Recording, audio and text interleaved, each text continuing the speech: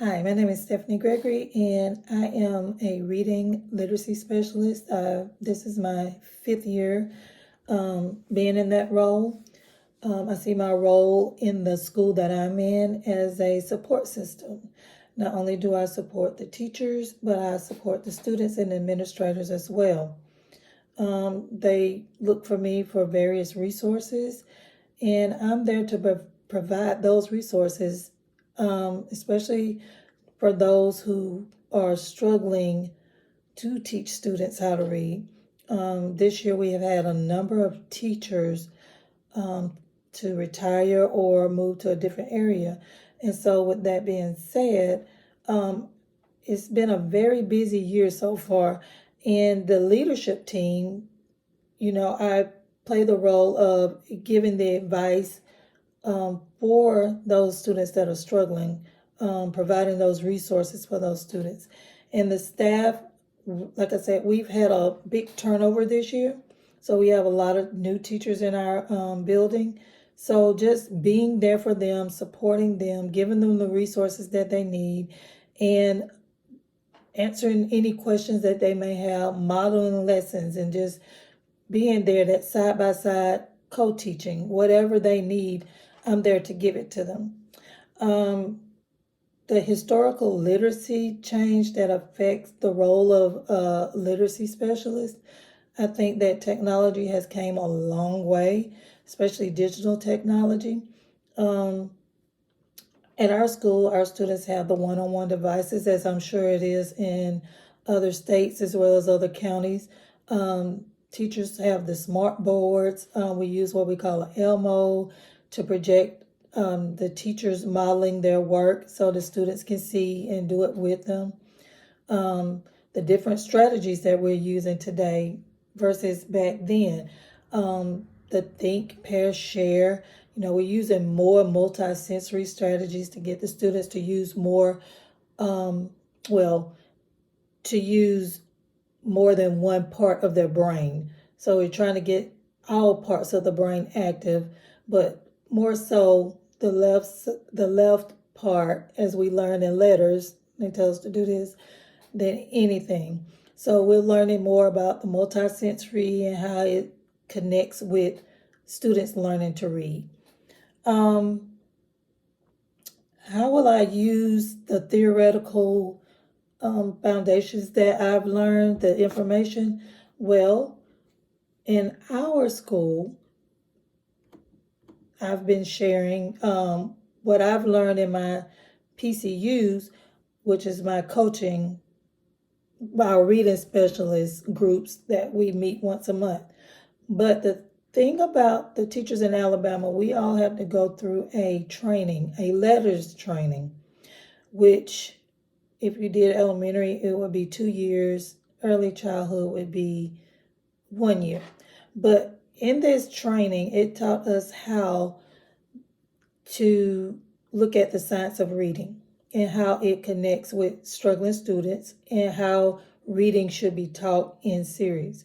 It covered comprehension, it covered vocabulary, it covered even the spelling part, the read alouds. It covered a whole number of resources that the teachers could use and would need. So that took some of the burden off of me of having to go in and show them different strategies, because when they went through the training, they had to do those trainings themselves, those strategies in their classroom, and then document how those strategies worked. Collaborating with teachers to support student learning. We do this through the biggest collaboration we use is through our data. We have a data meeting every Tuesday. And I feel like through that collaboration with the data meetings, plus our grade level meetings, we go through data. We do a deep dive into it to find out what those students' lowest deficits are and plan instruction according to those deficits. When we have grade level meetings, we're sharing ideas, we're sharing suggestions, strategies to use. Teachers are telling what works best in their classroom. So it's just like coming together and just seeing if this teacher is struggling with a certain area. We know that another teacher probably is doing something in her classroom, but we also know that what works in one classroom does not work in another. But that teacher could take some of those suggestions and make it her own to fit her classroom. How will you secure equitable and effective to utilize the data? Well, as I stated before, we would do those deep dives into our data to find out what's hindering that student from learning how to read. What's the barrier? What's blocking them from becoming that successful reading student that they should be? Once we do that, then we tailor our instruction to that lowest deficit. We differentiate those lessons and plan according to what that data has told us.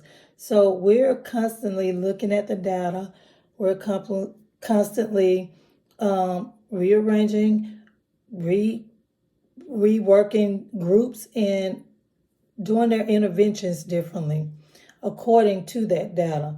And it's not just for our low groups, it's for our high groups, it's for our medium groups as well. So our differentiated instruction covers all the students so that everybody is getting what they need, when they need it, and how they need it. How will you, as the reading specialist, make ethical decisions that promote the common good for students? Well, first of all, everybody should be on one accord, and they should have the common goal of student achievement, getting those students where they need to be. That means you have to take those students from where they are and moving them to where they should be. All students are not going to start out the same. So that means you have to tailor your lessons or differentiate your instruction to suit each child's needs. And once you do that, that will fall in line with everything, especially with the Christian worldview. Because if you're treating all the students with respect and you're giving them what they need, and the families, or we bring our families in and also share with them and give workshops for them so that they can better help their students at home, their children at home with what they need. So I just feel like if everybody's on one accord, colleagues, the families, the administrators, then it makes it easier for us to put a plan in place to help those children. Thank you.